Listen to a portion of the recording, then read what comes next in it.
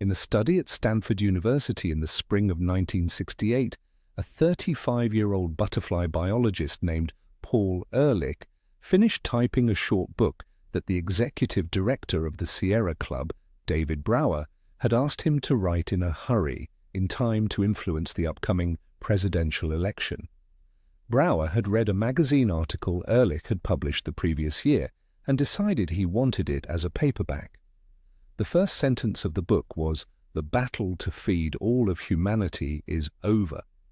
The second sentence, slightly less remembered, was, "In the 1970s and 1980s, hundreds of millions of people will starve to death in spite of any crash programs embarked upon now." The book was published by the Sierra Club and Ballantine in May 1968 under the title The Population Bomb.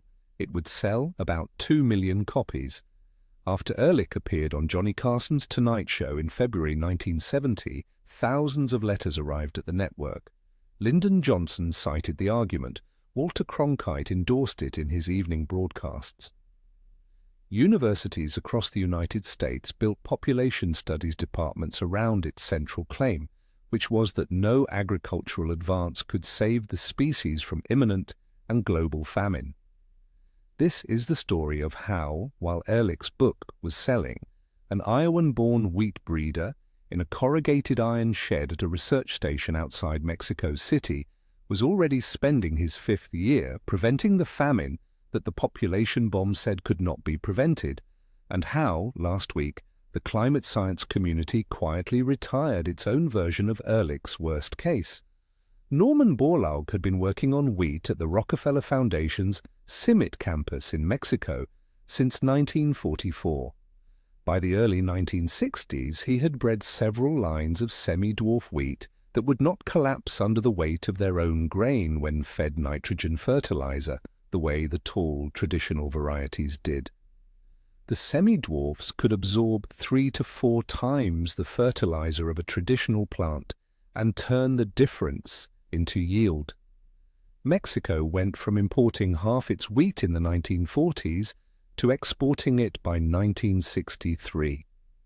In 1965, against the strenuous opposition of the Indian and Pakistani agriculture ministries, Borlaug arranged the shipment of 250 tons of his semi-dwarf wheat seed to the Punjab. The 1965 harvest in the two countries was reported as 16.9 million tons between them.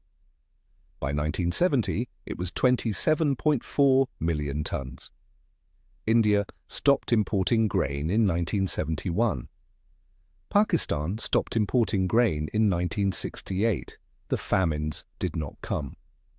In December 1970, Borlaug travelled to Oslo to receive the Nobel Peace Prize. The committee citation credited him with averting what otherwise would have been a famine of unprecedented proportions.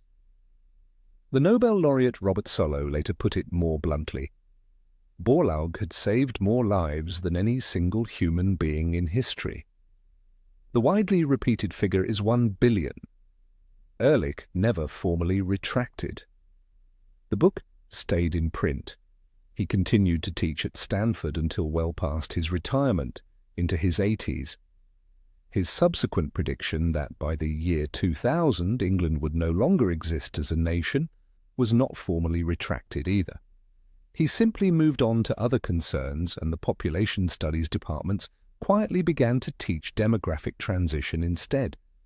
The book is still on undergraduate reading lists in 2026, more often as a sociology of forecasting than as a forecast. The most cited prediction in the population bomb did not become wrong. It had been the worst plausible case under a particular set of assumptions. No green revolution, no fertiliser subsidies, no semi-dwarf seed programs, no Indian or Pakistani policy reform. Once those assumptions broke, the prediction broke with them. Nobody had to declare it wrong. The trajectory simply ran below it. Time rhymes, a new story every day.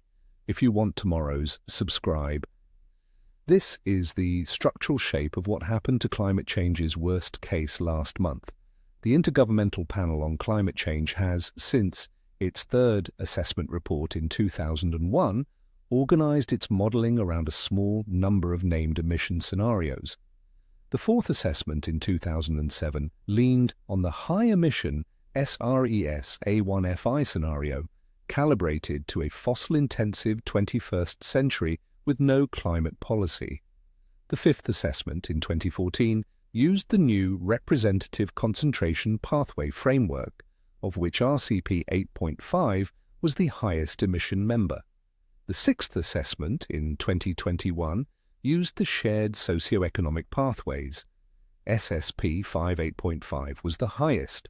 RCP 8.5 and SSP 5.8.5 are technically equivalent to each other, and they were both designed as upper bounds. Their intended use was to ask, if we did nothing and if coal use continued to expand at 20th century rates throughout this century, what would the climate look like in 2100? For roughly 15 years they were used by thousands of researchers, journalists and policymakers as if they were the expected future, not the upper bound.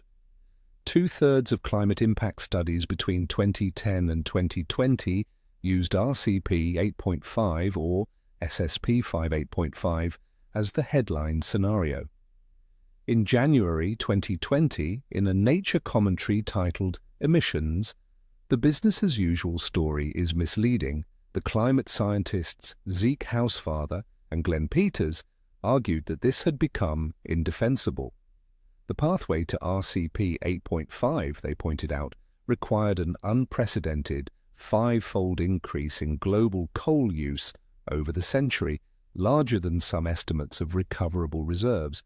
Coal had already begun to decline. Renewables had fallen in cost faster than any of the scenarios projected. Climate policy, however inadequate, was no longer absent.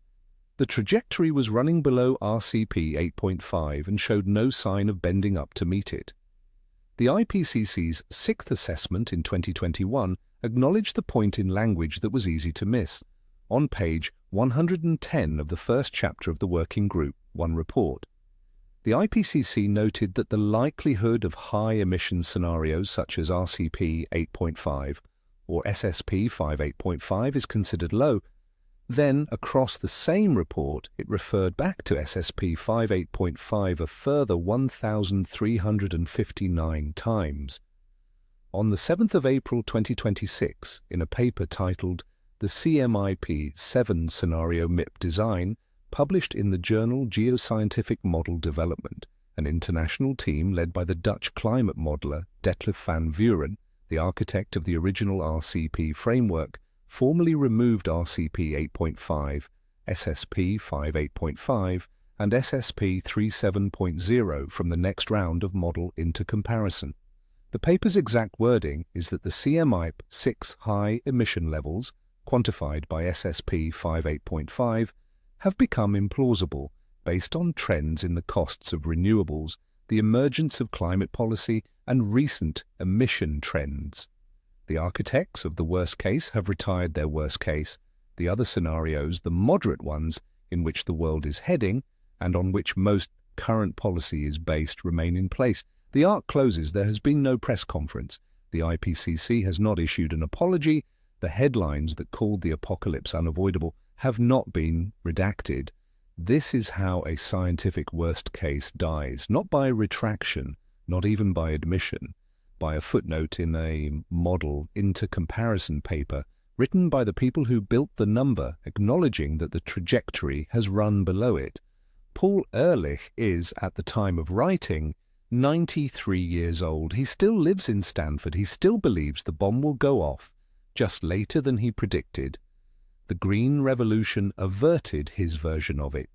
Other revolutions, named and unnamed, are now averting Detlev van Vuuren's. Borlaug, who saved 1 billion people, would, one suspects, have approved.